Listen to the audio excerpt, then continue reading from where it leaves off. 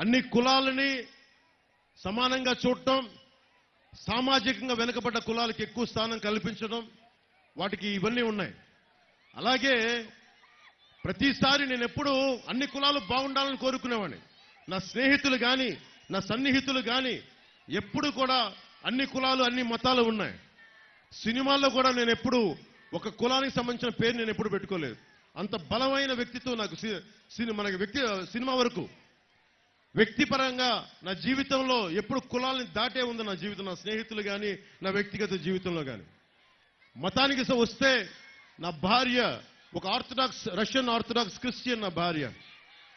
మొన్న ఈ మధ్యన వైసీపీ నాయకులు మాట్లాడుతున్న దృష్టికి పట్టుకొచ్చారు. సామాజిక మాధ్యమాల్లో నరేంద్ర మోదీ గారి ఫోటో వేసి, చంద్రబాబు గారి ఫోటో వేసి, నా ఫోటో వేసి ఒకటే చెప్తా ఉన్నారంట, వీళ్ళు వస్తే చర్చిలకు ఇబ్బంది అవుద్ది అని అంటే ఒకటే చెప్తా ఉన్నా. నేను సినిమాలని ఆ రోజున ఏవాసించా, నేను జానీ అనే సినిమా తీయడానికి. ఓట్లు పడతాయనా? లేదు. సమాజం అందరూ బాగుండాలి. ఎంతసేపు హీరోలు ఒక మతం నుంచే కాదు, వేరే మతం నుంచి రావాలని కూడా ఆలోచించాం. అందుకే జానీ అని పెట్టాను దానికి. అలాంటి నేను నా బిడ్డలే, తల్లి ఆర్థడాక్స్ క్రిస్టియన్ అంటే నా బిడ్డలకి చాయిస్ ఇచ్చాను. దేవుణ్ణి మీరు ఏ రూపంలో కొలుచుకుంటారా? జీసస్ క్రైస్ట్ గా కొలుచుకుంటే సంతోషం. నేను ఎవరిని, నా బిడ్డల్ని కూడా మీరు ఏ మతంను, ఏ ధర్మాన్ని మీ గుండెల్లో వెలుగొస్తో ఆ ధర్మాన్ని పాటించమని అలాంటి వాడిని. అలాంటి నేను బాబాసాహెబ్ అంబేద్కర్ని గుండెల్లో స్ఫూర్తి నింపుకున్నవాడిని. అలాంటి నేను ప్రధానమంత్రి గారు ఢిల్లీలో ఉండి, ఎన్డీఏ కూటమి ఇంత బలంగా ఉండి, ఏ రోజన్నా సరే అలాంటి పరిస్థితిని ఆంధ్ర రాష్ట్రంలో తీసుకొస్తావా? నేను అన్న సందర్భం ఒకటి చెప్తాను. ఒక చర్చికి వెళ్ళి జీసస్ క్రైస్ట్ ని కొలుస్తూ ఒక చర్చికి వెళ్ళి అక్కడ హిందూ ధర్మాన్ని మీకు ప్రచారం చేయడం తప్ప కదా మీరు చెప్పండి. ఒక మస్జిద్కి వెళ్ళి అన్యమత ప్రచారం తప్ప కదా మీరు చెప్పండి.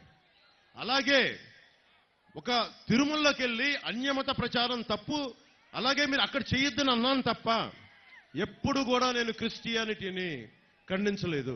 గుండెల్లో పెట్టుకున్న వాడిని క్రిస్టియానిటీని. దానికి ఉదాహరణ మొన్న పిఠాపురం వెళ్ళగానే 110 సంవత్సరాల బ్యాప్టిస్ట్ చర్చికి వెళ్ళి ఆశీస్సులు తీసుకున్నవాడిని, జీసస్ ఆశీస్సులు తీసుకున్నవాడిని. చాలా మందికి మీకు తెలుసో తెలీదో, జగన్ ఎప్పుడు వెళ్ళాడో తెలీదో జెరూసలేం. నన్ను భగవంతుడు సినిమాల్లో 2007లో నన్ను జెరూసలేం పిలిపించుకున్నాడు భగవంతుడు.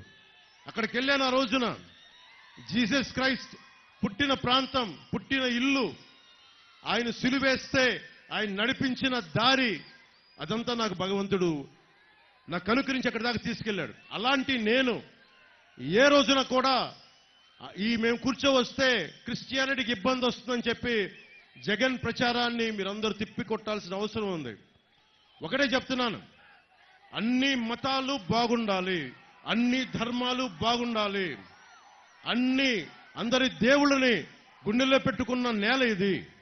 అందుకని దయచేసి పాస్టర్లకి, ఫాదర్లకి, రెవరెండ్లకి, క్రిస్టియానిటీని పాటిస్తున్న ప్రతి ఒక్క సోదరుడికి, సోదరీమణికి నేను గుండెల లోతులోంచి చెప్తున్నాను, మీ మీద ఈగ వాలితే మేము ఎదురొచ్చి మీకు అండగా నిలబడేవాళ్ళం. మిగతా మతాలు, మిగతా ధర్మాలు బాగుండాలని కోరుకునేవాళ్ళం. అన్నింటికి మించి బాబాసాహెబ్ అంబేద్కర్ ఇచ్చిన రాజ్యాంగం ఉంది మనకి. ఒక పవన్ కళ్యాణో, ఇంకొకళ్ళో, ఒక జగనో వచ్చి దీన్ని ఎవరు చేయలేరు. మీకు సర్వ హక్కులు ఉన్నాయి. నాలాంటోడు రేపొద్దున తప్పు చేస్తే మీకు కత్తి ఇస్తాను, తల నరికేయండి నాకు, మీకు తప్పు జరిగితే. ఇందాకే చూశారు కదా, జగన్ లాగా ఆ మూట వచ్చి తగిలింది, దాంట్లో ఏం పెట్టారో నాకు తెలియదు. జగన్ లాగా దానికి పెద్ద గంత కట్టుకుని డ్రామాలు ఏం చేయను, భరిస్తాను నేను.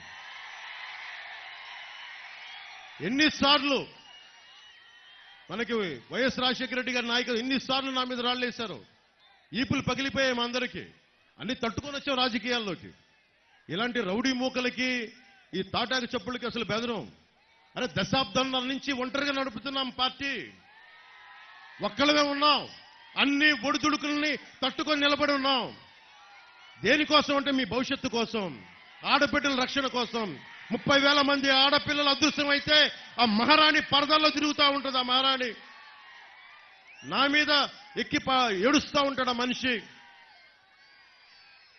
ఏదైనా మాట్లాడితే కడప కోర్టుకెళ్ళి మరి బాబాయ్ గారి గురించి మాట్లాడద్దంటారు. సరే, నేను వైఎస్ వివేకానంద రెడ్డి గురించి మాట్లాడను, మరి హత్య గురించి మాట్లాడను, కత్తిపొట్ల గురించి మాట్లాడను అని సభాముఖంగా నేను తెలియజేసుకుంటున్నాను.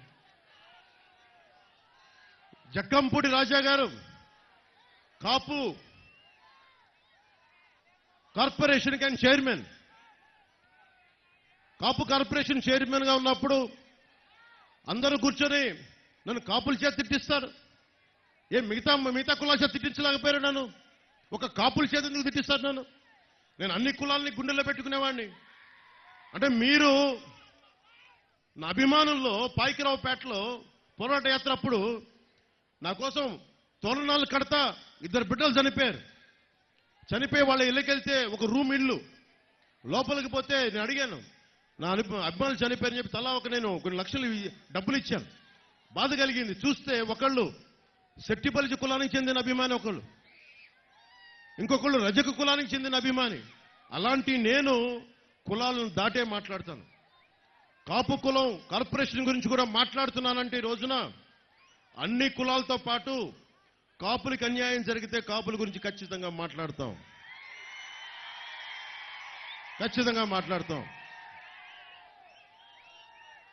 కాపు సామాజిక వర్గానికి కూడా తెలియాలి కదా మీకు జరుగుతున్న అన్యాయం.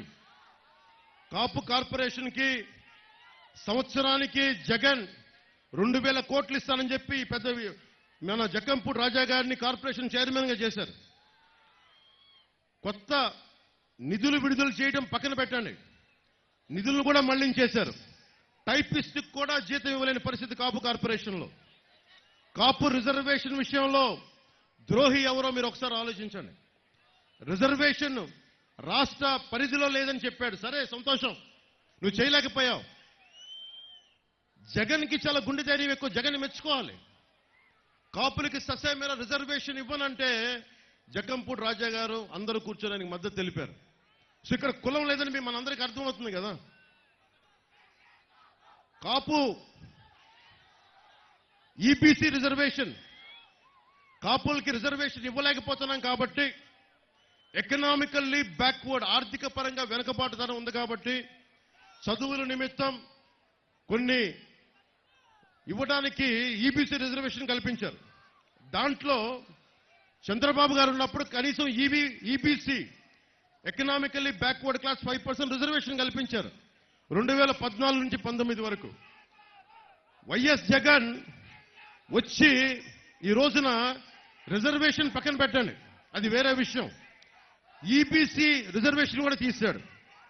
ఇంకా కాపు సామాజిక వర్గం ఇంకా జగన్ వైపు నిలబడతాను, ఇంకా మనకి జక్కంపూడి రాజా గారి పక్కన నిలబడతామంటే అది ఎంత రైటో రాంగో మీరే ఆలోచించుకొని ఓటేయండి జగన్కి.